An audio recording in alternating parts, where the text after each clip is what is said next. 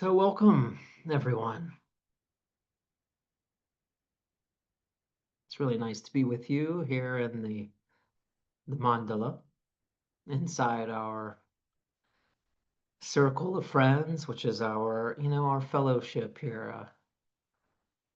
It's like a certain intimacy, really, that that's archetypal, actually. I mean, women and men have been gathering together like this since the dawn of recorded history, really, just to be together in that remembrance and just to help and support one another along the path. So thank you for being here. And as relational beings, that's us, with bodies that ache and that long for union, and with a heart that is sometimes broken and sometimes whole, sometimes broken again. With our ripening mirror neurons and crackling alive resonant circuitries. We're crafted, actually, we're built, we're designed, you might say, to walk one another home. And so, yeah, thank you. Thank you for being part of this circle and this mandala of aliveness, of love, really. Rumi says something like, stay together. Our friendship is made of being awake. And another one of my favorite Sufis, Hafiz, reminds us that the true friend is one who, in silence and compassion, carries each other's unseen pain in your beautiful hands. So tonight, or today, as we gather around the fire together, may we be awake and may we be present here and carry one another as we open into the mystery, if that sounds okay. I think just to state the obvious, there's a lot going on the planet right now, which has a way, of course, of becoming mirrored within us, in our bodies, in our nervous system, in our hearts, deep in soul. And it can be a lot to hold, really, without a certain quality or certain type of holding environment, either around us or one that we discover within us, it's easy to be overwhelmed, isn't it? But I think if we take the mystics and the yogis and the alchemists seriously, we might come to see that there is a unique opportunity in these times to create a new sort of friendship with ourselves, with one another, with the earth, with the divine, with the sacred. A blue door appears, perhaps, that beckons us to step inside and walk through, where our perception is able to be cleansed, where our hearts are able to be polished, and where our bodies can be washed out and made transparent, translucent, with that flavoring of the divine. And I think for me personally, I've found that being out in nature as much as possible, really, away from the electronics, is perhaps the most supportive guide, in the way it so organically, without effort, brings a certain down regulation in the nervous system, a softening and opening into presence and into the mystery and beauty and preciousness, really, of the sensual world, a world that is filled with light and mercy and grace. And it's like something shimmering behind the veil of it all, which can get so thick and dense. Do you know what I mean? And so we were just out picking these flowers here just before the call, Just being out there and being in that field, there's thousands of these flowers all around. And I hope that you're able to find some time and space to be outside in nature, as we enter into the summer together, into this return of the light and that natural, sensual presence of the natural world that can be so supportive on this path. A path that isn't always easy and one that can ask so much of us. It's so important to remember what we're really asking of ourselves, when we commit to a healing and a spiritual path. It's not a small thing. We often take it for granted what that really means. And when we make that sort of commitment, when we invite the heart to open, to flower, which will, by its very definition, it will invoke or evoke all of the gods and goddesses, everything that has up until now been or remained unilluminated within us, all of the lost children, all of the lost, frozen, crystallized orphans of Psyche and Soma, and all of that unfelt feeling, basically everything that remains unlived becomes evoked when we make a commitment to this path, including those lost capacities to know and to embody the wildness, the aliveness of joy, a moment of joy, a moment of just being, a joy that is causeless, a joy that's been placed within us, we might say, from the very beginning. And in this circle of quiet hearts and listening presence, we come together not so much to fix or to improve or to cure or anything heavy like that, but to remember the gold that's already glowing in the center, the joy that has no cause, the flame that flickers quietly, beneath all of the becoming. And here, in the company of friends, we might come to discover that we're not projects to be solved or projects to be completed, but really mysteries to behold, mysteries coming into form. And so I hope that this is a place here, in this particular circle where the candle can be seen and lit, where what is, most true in us is welcomed home, slowly, by love, of course. And so the water, the trees, the animal friends, the wildflowers, the wide open sky, each one in their own quiet way can become a sort of doorway if we follow it, if we step through. It doesn't require much. The invitation of presence is all around us. Come, follow me. Let me show you something that you may have forgotten. Let us meet in union. And that was the message of those flowers, anyway. I have something to show you. Just slow down. Come over this way. It's like a threshold into presence, into what we might call a state of natural being.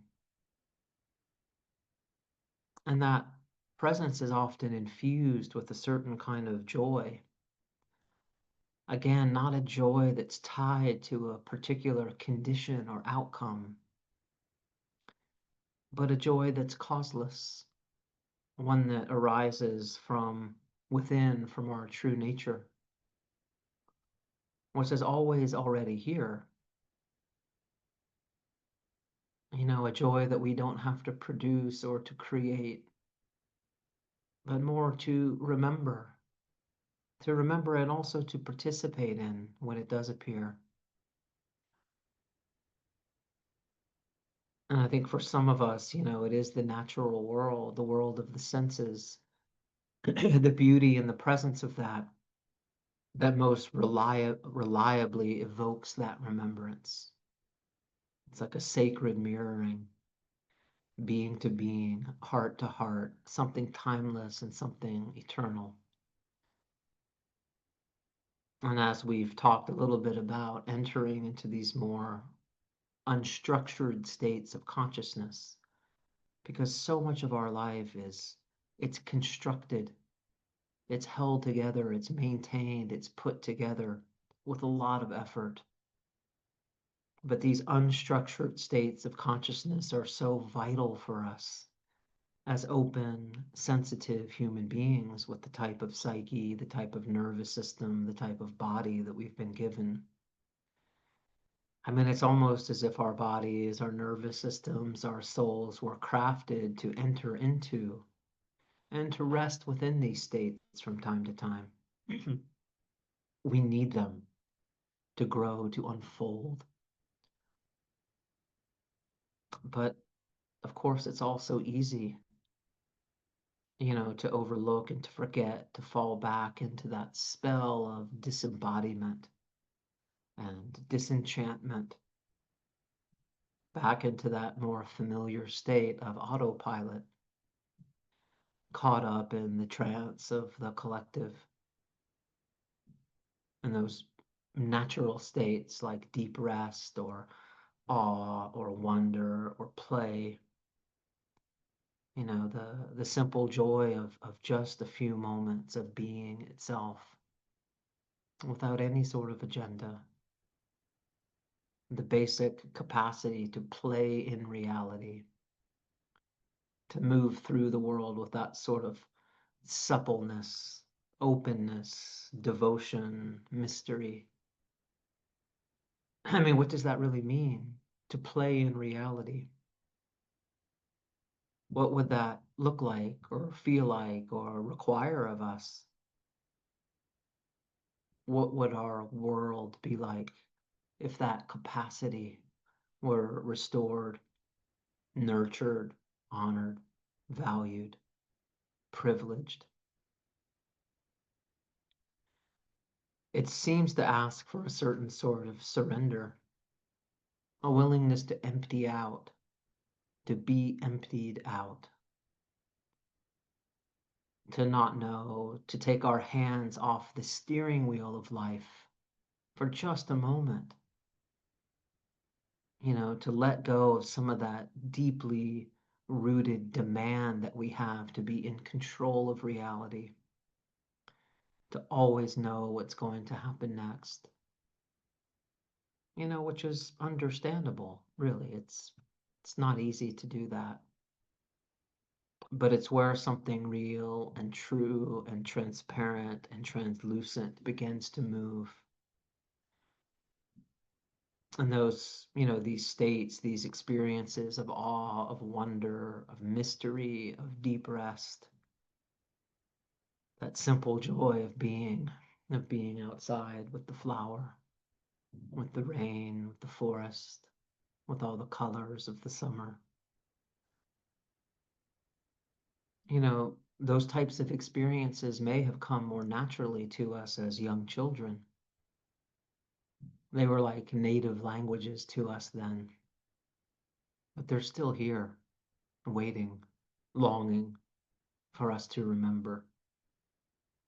And I think part of our work, part of our yoga, individually and also together, is to rediscover this landscape, not as a child, but as an adult, to re-enter the rhythm and the frequency of the soul, which so often speaks through the subtle, the unexpected, the not so obvious, the playful, the not yet formed.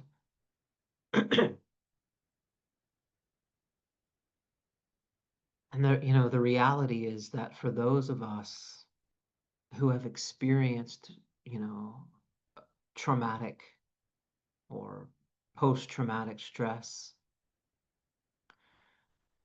bless you, bless us, insecurity or disorganization and attachment, narcissistic betrayal, or some version of what Winnicott would call inadequate holding,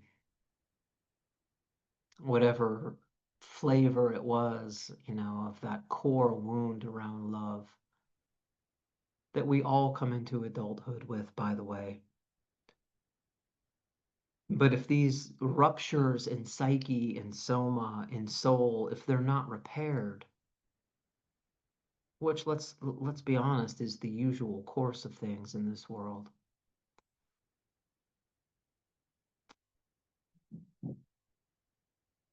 but if they aren't repaired, it can make it much more difficult for us to access and especially to stay, to explore in these more open, unstructured states of consciousness. Deep rest, play, not knowing, causeless joy, empty, wide open, potentiality, creativity, sexuality, whatever it is. These native experiences are beautiful, of course, but they can also, for some of us, some of the time, feel quite unsafe. They're too open. They're too naked. They're too vast. They're too groundless. We can't find ourselves inside of them. We can't find ourselves.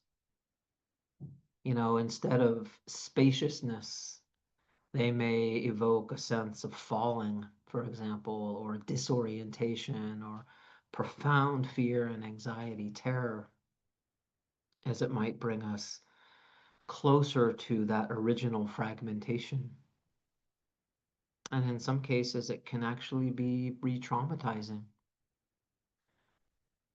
And that's why certain kinds of spiritual practice, like some forms of meditation or inquiry, or even certain types of experiential psychotherapies, may not always be supportive or the right medicine in the moment. In fact, for some of us, they can be at times profoundly dysregulating. And it's not because we're doing something wrong, or we're not devoted enough, or we don't know how to do the practice, or we failed. It's none of those things. But they're just not the right medicine in the moment. They don't match our particular nervous system or soul print at the time. And the most wise, skillful, compassionate, effective, loving, kind response to trauma or to any deep relational wounding isn't always more meditation, more shadow work, more resting in pure awareness, or to empty out into the vast unknown. That might sound good in theory. That's what the gurus say, right?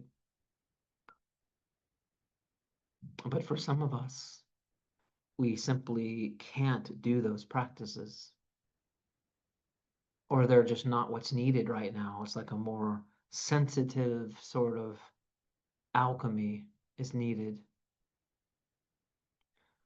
I mean, I've been with many clients over the years, really committed, sincere, authentic people, like everyone here, who've had really deeply destabilizing experiences during meditation retreats, for example. Even in something as seemingly gentle as the instruction to pay attention to the breath.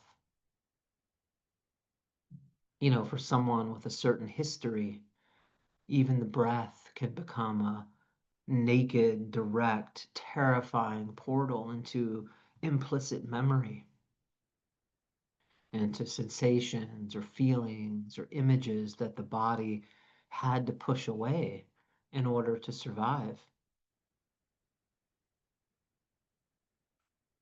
And while it's true, I think that there's more awareness of this sort of thing these days, more awareness about trauma and early pre-verbal wounding and the role of the body and the nervous system, more interest in adapting our practices to be trauma informed.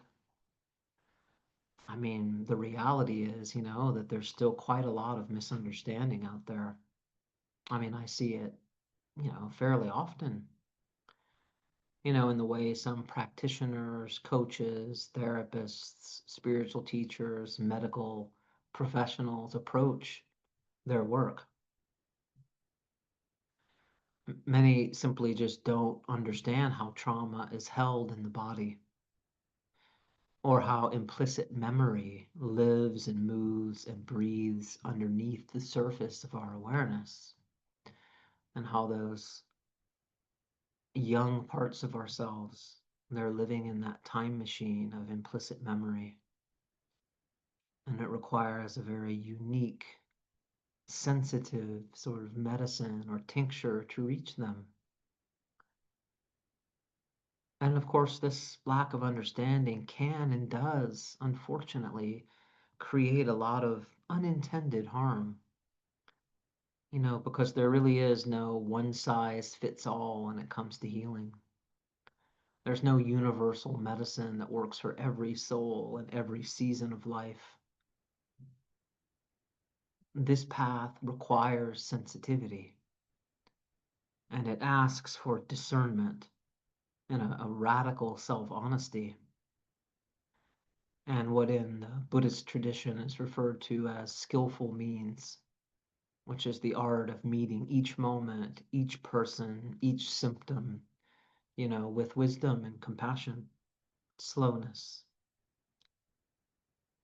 And, one of our shared intentions here in this group, in this work, is to become more refined in our discernment, more attuned, more skillful in how we navigate our own inner world, and in the practices that we choose to engage in,